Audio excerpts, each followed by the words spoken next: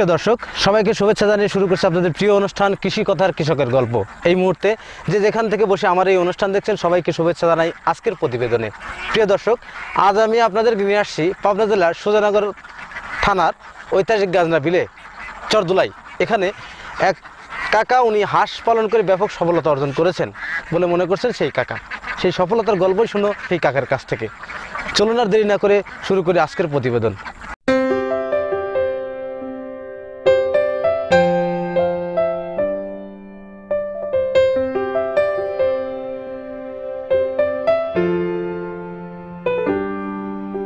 আসসালামু আলাইকুম। ওয়ালাইকুম আসসালাম। ভালো আছেন কাকা? হ্যাঁ, আল্লাহ রাখছে। আপনার নাম কি কাকা? আমার নাম মুসলিম উদ্দিন। এই খামারটি কার? খামারটি আমার। এখানে কতগুলো হাঁস আছে? 500 আছে। 500 আছে আর কি। এখানে কি জাতের হাঁস আছে?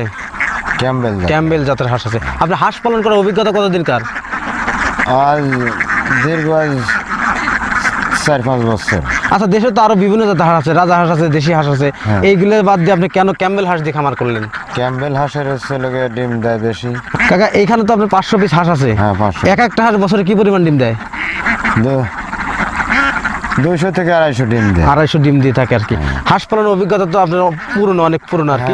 আপনি কি মনে করেন হাঁস পালন করে কি লাভবান হওয়া যায়? হ্যাঁ, অনেক লাভবান হয়। আচ্ছা, আপনি কেন 500 হাঁস দিয়ে করলেন? তাহলে লাভবান যদি হয় তাহলে বেশি দিয়ে করা উচিত, কেন করেন না? বেশি ধরেন আমি গরিব মানুষ, চালান কম আমার, আমি অল্প অল্প করি।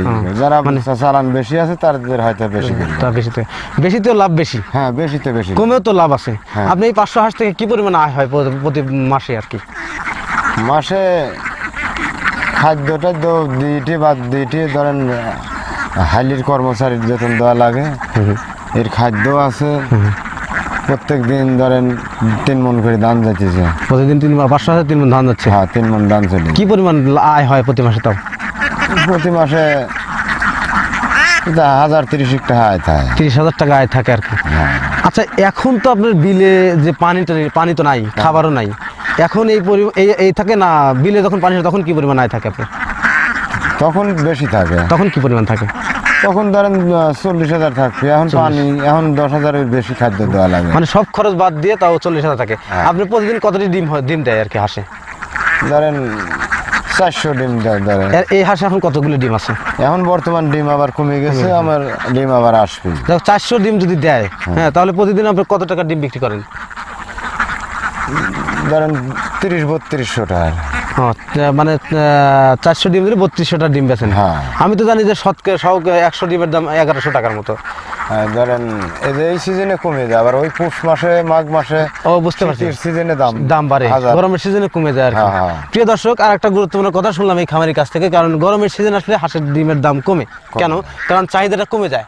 কারণ হচ্ছে হাঁসের ডিম প্রচুর পরিমাণ গরম, মানুষের চাহিদাটা কম থাকে, তাই এই জন্য আর কি হাঁসের ডিমটা কম চলে, তাই দামটা কমে যায়। কিন্তু শীতের সিজনে এই হাঁসের ডিমের দাম অনেক বেশি। একটা হাঁসের ডিমের দাম খামারিরা বেচে 11.5 টাকা করে। আর বাহিক তো আপনারা জানেন কত করে ডিম বিক্রি হয়। তো গরমের সিজনে কম হয়। আপনি হাঁসের এখন বয়স কত? বয়স ধরেন 7 মাস। 7 মাস রানিং আর কি। 7 মাস। এখন ডিম কমার কারণটা কি?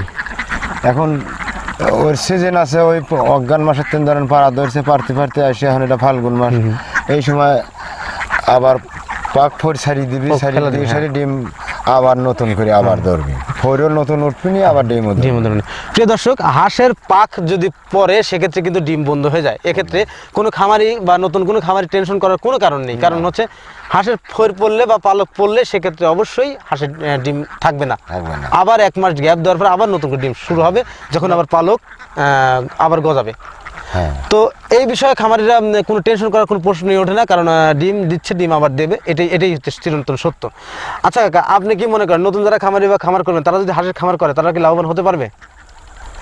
জানা লাগবে। হ্যাঁ, লাভবান হতে পারবে, কিন্তু জানা লাগবে, এটার অভিজ্ঞতা জানা লাগবে। 500 হাঁস থেকে আপনি প্রায় সব খরচ বাদ দিয়ে তাও ধরেন 40,000 টাকার মতো থাকে, 30-40,000 টাকার মতো থাকে আর 40,000 টাকা থাকে। এই হাঁস দেখাশোনা কে করেন? দেখাশোনা এই যে আমার এই যে ভাগ্নি আছে, আমি আছি, আর একজন ছেলে আছে। সব নিজেকে লোক, তাদের কি বেতন দিতে হয়? বেতন যে ভাগ্নি দেয়। কত করে বেতন দেন? 10,000 টাকা। 10,000 টাকার মতো বেতন দেন। সব মিলে কি আলহামদুলিল্লাহ আল্লাহ খুব ভালো রাখছে আপনার? হ্যাঁ, আল্লাহ রাখছে, ভালো রাখছে। তা এই হাঁসে পালন করার পূর্বে আপনি কি কাজের সাথে জড়িত ছিলেন? পূর্বে পূর্বে হ্যাঁ পূর্বে আমি কৃষি কাজ করতাম, ধরেন ফসলাদি করতাম। ফসলাদি করার বাদ দিয়ে কেন হাঁসের খামারে আসলেন আপনি? ফসলাদি ধরেন উন্নতি কম হয়। উন্নতি কম আর কি। আচ্ছা, কার বুদ্ধির পরামর্শে তো আপনি হাঁসের খামারে আসলেন? ধরেন একটা কাজে আসলে কিন্তু একজনের পরামর্শ অবশ্যই দরকার আছে না? হ্যাঁ, কার বুদ্ধিতে আপনি আসলেন হাঁসের খামারে? আমি ওই একজনের বুদ্ধিতে আইছিলাম। এখন সে হয়তো আমার বাড়ির পাশে হইতো, হাঁস হলাই। সে ওর কাছে জিজ্ঞাসা করলাম যে হাঁসে কীরকম উন্নতি, কীরকম খাই যায়, খরচ যায়। সে বললো যে না, হাঁসের এত খোরাক লাগে, এতটি হাঁসের এতটি খাদ্য লাগে। বুঝতে পারছি। তো সব মিলে ওনার বুদ্ধিতে আপনি হাঁস পালন করে আজ লাভবান আর কি। হ্যাঁ, প্রিয় দর্শক, আমার এই খামারি কাকা উনি হাঁস পালন করছে, একজনের পরামর্শতে উনি হাঁসের খামার করছেন। হাঁস পালন করার পূর্বে কৃষিকাজের সাথে জড়িত ছিলেন। তো তখন কৃষিকাজ বাদ দিয়ে যখন হাঁসের খামারে আসছে উনিও দেখছেন যে হাঁসের খামারে লাভবান। নতুন যারা খামার করে তাদের পরামর্শ উনি দিলেন, হাঁস পালন করে লাভবান হওয়া যায়। তো কাকা, আপনি এখানে কয়দিনকার হাঁস কিনছিলেন? এটা বড় হাঁস কিনছিলেন, ছোট হাঁস কিনছিলেন? এটা কিনছিলাম বড় হাঁসই। কত করে সহ কিনছিলেন? এটা কিনছিলাম 40,000 টাকা। 40,000। কয় মাসের হাঁস? রানিং ডিম দেওয়া হাঁস কিনছিলেন? হ্যাঁ, রানিং ডিম দেওয়া দরকার।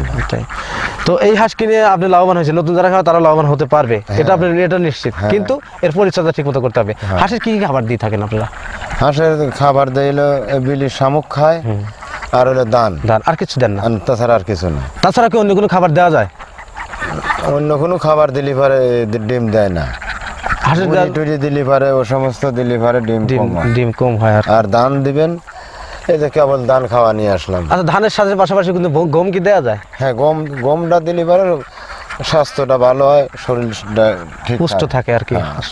প্রিয় দর্শক, খামারি কাকা বললেন যে হাঁস পালন করতে গেলে কিছু নিয়ম মেনে নিয়ে চলতে হয়। সেটা হচ্ছে হাঁসের যে খাদ্য পরিচর্যা সেটা ঠিক মতো করতে হবে, হাঁসের খাবারটা ঠিক মতো, আর ওষুধ পানি ভিটামিন এই সমস্ত ঠিকঠাক। কি ওষুধ দিয়ে থাকেন আপনারা?